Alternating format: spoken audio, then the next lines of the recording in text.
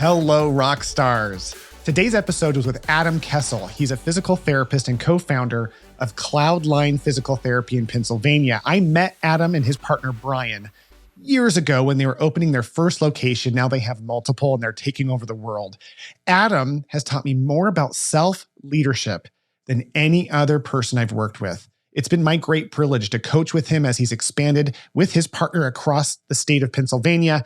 And today we're going to learn about how to evolve as leaders by understanding how to define our success.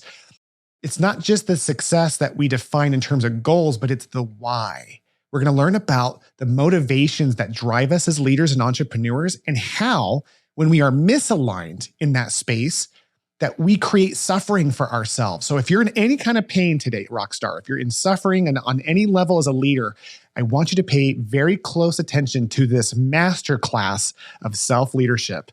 It's my privilege to introduce Adam Kessel. Adam Kessel, how do you define success, my man? I define success at this juncture of my life as finding deeper and deeper levels of peace in my life. I think initially, I, like a lot of people, define success via what other people said.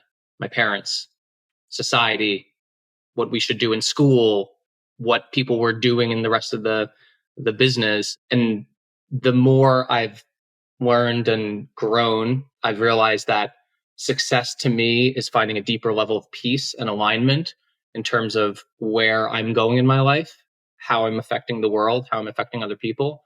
And as I've become more successful, I realize it's because I'm connecting to those deeper parts of me, and therefore I can bring that to others. And that provides me a lot of peace. I love that because it's so true. Growing up, I connected with that idea of like when we start growing up, success is defined by our environment. We have people who give us expectations, reward us with candy when we do really well. And so that carries over into adulthood. And especially if you're starting a business or you're a leader in a company, it becomes this like drive to want to gain value and self-worth. And I know, Adam, for me, I personally, early on, defined my self-worth based on how big my company was or how well I was doing. And that's how I define success. And that's so important for today's episode because we're going to be talking about how self-worth is one of the quintessential leadership aspects of personal development and how that actually is necessary for evolution. We're drawing that connection between self-worth and evolution. So let's start with self-worth. How is self-worth, how does that show up in your world as a key leadership concept? Talk to me a little bit more about that. I think as I reflect on my own development in that specific area, I think it's actually presented itself via my failures or via the ways in which I was acting out of integrity. It's sort of the awareness or the anxiety or the lack of connection, alignment, whatever word you want to use for it, became apparent almost as a mirror to ways in which I was deviating from my truth and, getting more into the spiritual realm, sort of trying to fill that spirit-sized hole with what other people said or what I perceived other people to be valuable. And so I think that hole is never ending, number one. That sort of shined a light internally onto me so that I could connect to the parts of me that are more true, are more creative, are more specific to who I am. And the more I actually connected to that in my own being, the more I've learned to, have forgiveness, learn to grow in a way that is not based on others, but based on what I want to give to the world. And the more in which I've touched that, the more I've been able to see my own value, which has made me a better leader. Because if I feel, not in an egotistical way, but if I feel more comfortable, confident, and inspired, then I'm able to bring those positive qualities to my team, to my life. And so I think really it's actually more my failures that have led me to that insight more than any success externally. Yeah, and it's so amazing because the difference between confidence in a leader and arrogance is the difference of who we're comparing ourselves to, right? Like we have confidence develop from a place of comparing my actions from my previous actions. Am I progressing as an individual? Whereas arrogance is I am comparing me against others.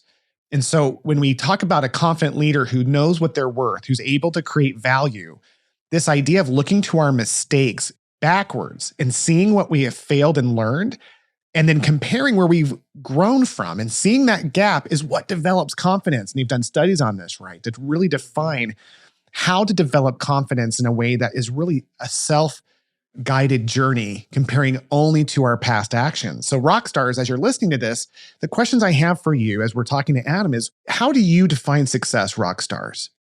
Are you currently living your life in a way to where success is being defined by praise from others? Are you looking to avoid pain? Are you looking to shun opportunity because of fear of failure, because of what that would mean to others? Or are you defining success based on personal alignment, like Adam says? Are you basing it on peace?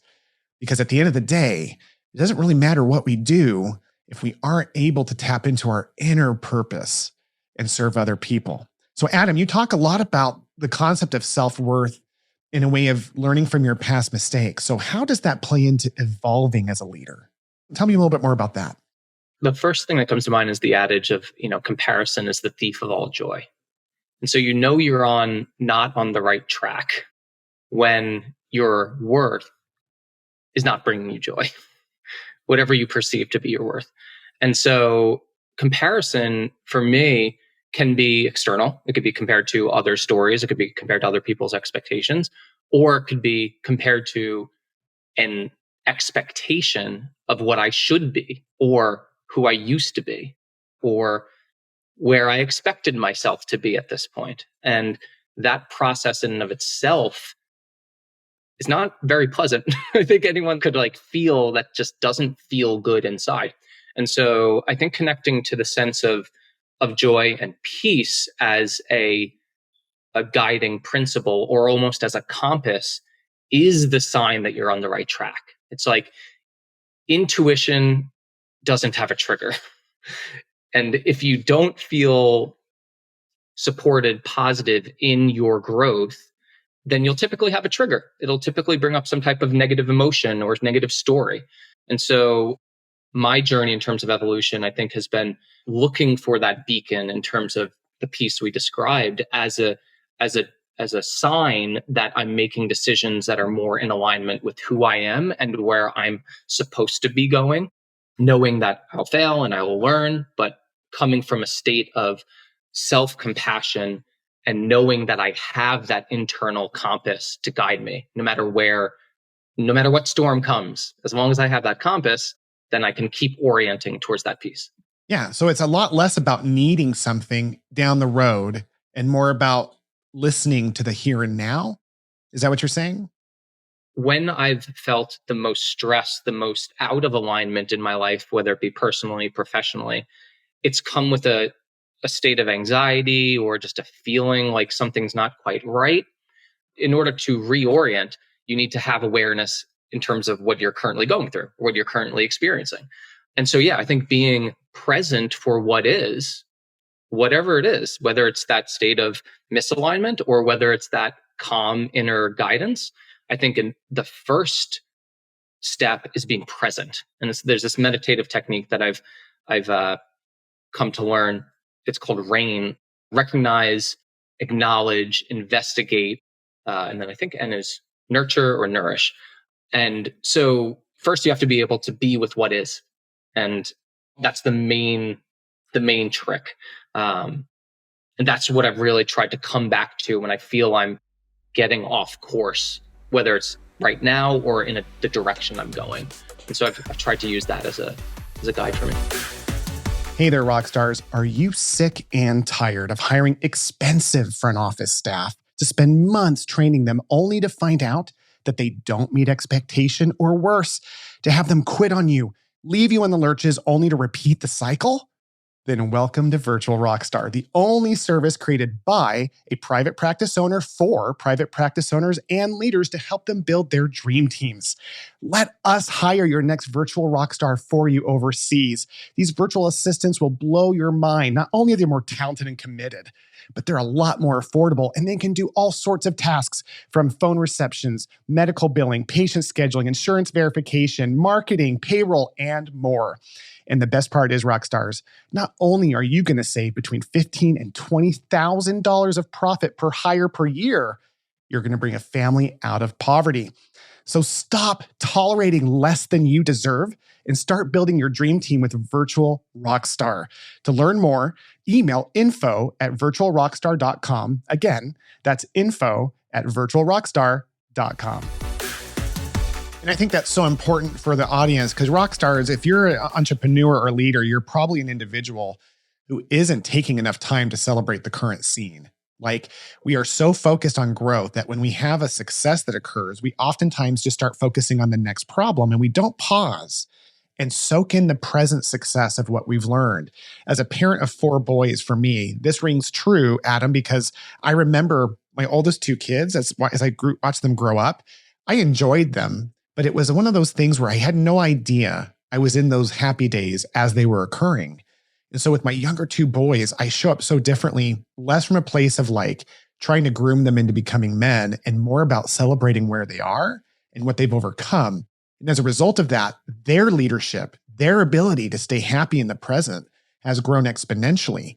And so for us as leaders, I resonate with what you're saying. And I hope rock stars, as you're listening to this, that you take some time to just look at what you've accomplished right now as you're listening to this, as you're driving in or home from work. What have you accomplished today? What did you accomplish over the last 6 months? Start thinking of these things. Start thinking the last year. What have you accomplished?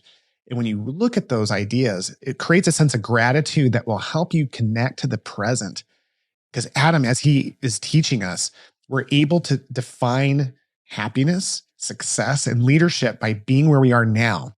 So my big question for you, Adam, is how does this evolution, and as you're saying, as you stay connected to yourself in the present, as you define success as being in alignment with what you're doing and being in peace, how then does setting future goals play into that? Because I think a lot of our listeners are getting thrown off, at least I do, when I'm like, okay, what do I want to accomplish in a year, 5 years, and I have all these plans? How does that play into being in the present and still open to the evolution that can only occur by finding alignment now? I think asking yourself why. Are you setting the goal to avoid being with what is now? Are you setting the goal in order to serve some greater value in your life? Whether it's, I want to grow the business X%. Well, why? I want to have this amount of money. Well, why? I want to have this amount of clinics. Why? Is it in service of something that's deeper than the goal itself as the guide? I think when the goal becomes the object, that's when we're inherently left suffering. I think if it's connected to a greater purpose in your life, whatever that may be, maybe that's to have more money for whatever reason. You want to have a certain lifestyle or to give your family a certain experience or to give back and to be able to donate X amount of money. It doesn't really actually, in my experience, it doesn't actually matter what the goal is, but it's the why behind it. And when the why is hollow, then and I think, and then that's when that intuition component comes in. It'll just not feel fulfilling. And I think that's the hook of, in my experience, that's the hook of life, is looking towards the next thing in order to not have to be with the now. Because oftentimes the now can be hard to be with, even if it's really pleasant. Sometimes that level of intensity can be challenging to sit with. And then obviously when things are hard and challenging, that also can be very hard to sit with. So I think if you can connect the why and make sure that's pure in your heart, in your soul, in your spirit, then the goals sort of just unfold. And when they're not, then you'll feel that. Yeah, that was a perfect quote. I hope everyone wrote that down or gets it tattooed on their back, because having that idea of the why behind the future goal is what defines our personal alignment to it. the success that we'll actually experience is everything. For example, Jim Carrey, I just watched this last night. Jim Carrey, very successful comedian. He's taken a very spiritual journey in the later end of his career. And he was talking to these groups of individuals. And he said, I needed to become this character called Jim Carrey, who was incredibly successful, who accomplished all sorts of things in the entertainment industry, made lots of money, only to realize that none of those things can fulfill you. None of those things can fulfill you. And for me, I remember once I was praying once on the way into work, and I was just kind of in this mindset. And what I used to do when I would drive into my physical therapy practice, Adam, is I used to fantasize about what would happen if I won $1 million. Because to me, that was literally like, now I laugh, but like $1 million back then was like everything. If I had $1 million, I could get rid of my debt. All my pain would go away. I could vacation. I could live and be who I'm supposed to be. And I'll never forget this. I was driving in. It was a peaceful morning. The sun was rising over the mountains in Florence, Arizona. And as I was driving in, I had this distinct thought come to my mind that money isn't the savior I should be searching for. And I don't mean this in any particular spiritual context necessarily. It does for me. But for other people, what is the thing that will save us is the fact that I was driving in and watching a beautiful sunset and that I was alive and that my kids were healthy. I had problems, no question. That's why I was fantasizing about winning the lottery. But at the end of the day, what you're saying right there is everything. Why do we want those things? Rock stars, think about your future. Rock stars, I want you to put in your mind, what is that thing you're chasing? Why are you chasing it? Are you chasing it to satisfy some sort of expectation from a spouse, your siblings, or parents? Even if they're gone, maybe those expectations are baked in such a way that you don't even know that they're running you. Why do you want to do the thing that you're doing? And really question yourself and ask yourself, what do you want to do? What do you want? Why did you want to become a healthcare provider in the first place? Was it because you were trying to satisfy something else? Probably not. Most people don't go into healthcare to become rich. It's because they want to make a difference. So what's the difference you want to make in the world? And then how aligned are you in the thing that you're doing now that can align to your purpose? So Adam, this has been a masterclass on self-worth and evolution. I want to throw this back to you for one final question. What is the end game for evolution in your mind? Is it definable? And if it is, what is that defined by? I think the idea that you ever get to the top of the mountain in and of itself is the hook. And if that's the goal, then you're inherently setting yourself up for failure. We all do it. Everyone is human. We all have the things we look forward towards, but that is part of the challenge. And so being with whatever stage you're at in a way that you're calm, equanimous, and aligned, I think that is evolution, and there is no end point to that. And that's my personal belief. Well, there's nothing else we can say on that. The one thing that does have an end is this episode, which is now coming to an end. So Adam, how do people get a hold of you? What's your call to action? Yeah, I would love if anyone is interested in these topics or is looking to be part of a community that's trying to grow in this way, whether it be via their business or their relationships and the rest of their life. I'm always looking to have conversations with people that are like-minded and interested in these topics. So, you could reach out to us at cloudlinept.com. My personal email is adam@cloudlinept.com. And I'd love to talk to you, no matter where you're at, what stage, and always looking for people to connect with. Adam, thank you so much for being on this show. Thank you all. It's a pleasure. Rock stars, remember all the things that Adam taught us, the importance of staying present, understanding what we define success by, understanding what's driving us for future growth, and recognizing that nothing's more valuable than the here and now. So thank you, rock stars, for being with us here and now. Until next time. Thank you for listening, rock stars. And if you're one of the many medical professionals and leaders who have had it dealing with the drama of hiring and training people that you think are overpriced, then let's think about how virtual assistants can offload you to do what you love, which is changing people's lives. In the show notes, there's a link to jump on our calendar so that we can show you why LinkedIn shows that virtual assistants is the second fastest growing trend in healthcare next to artificial intelligence. At no obligation, we'll see if this is a fit for you. I hope to talk to you soon.